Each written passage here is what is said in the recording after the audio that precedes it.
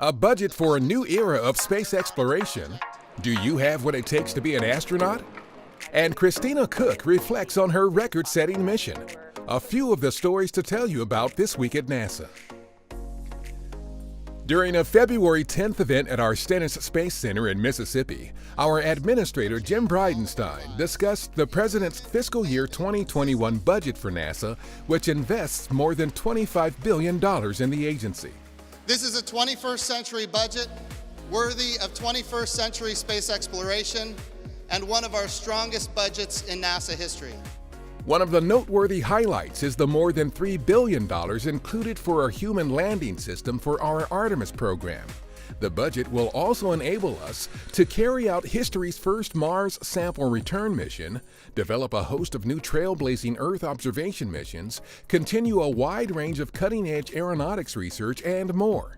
The science and technology we are working on right now will prepare us in this new exploration to take humanity's next giant leap to Mars. NASA is accepting applications from March 2nd to March 31st for the agency's next class of Artemis generation astronauts. U.S. citizens with a master's degree from an accredited institution in a science, technology, engineering, and mathematics-related field can apply. NASA expects to select the new class of astronaut candidates in mid-2021. You can get more details at nasa.gov/astronauts. Astronaut Christina Koch discussed her record-setting mission aboard the space station during a post-flight news conference on February 12th at Johnson Space Center in Houston. My main message to anyone who has a dream is to follow your passions, be true to yourself, do what you love, and live the life that you've imagined for yourself. Do the things that might feel like they're just out of your reach. Go after that thing. Not only will you maximally impact the world, but you'll get the most personal fulfillment out of it. Koch's 328-day mission aboard the International Space Station is the longest spaceflight ever for a woman. On February 9th, the Solar Orbiter mission launched from Cape Canaveral Air Force Station in Florida.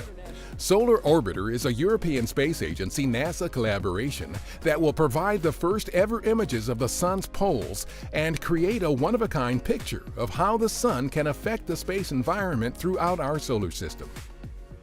Our Mars 2020 rover has arrived at our Kennedy Space Center in Florida to begin final preparations for its launch from Cape Canaveral this July. After landing in the Jezero Crater region on Mars in February 2021, the rover will collect and store rock and soil samples, search for signs of past microbial life, and characterize the planet's climate and geology to help pave the way for human exploration. That's what's up this week at NASA. For more on these and other stories, follow us on the web at nasa.gov/twan.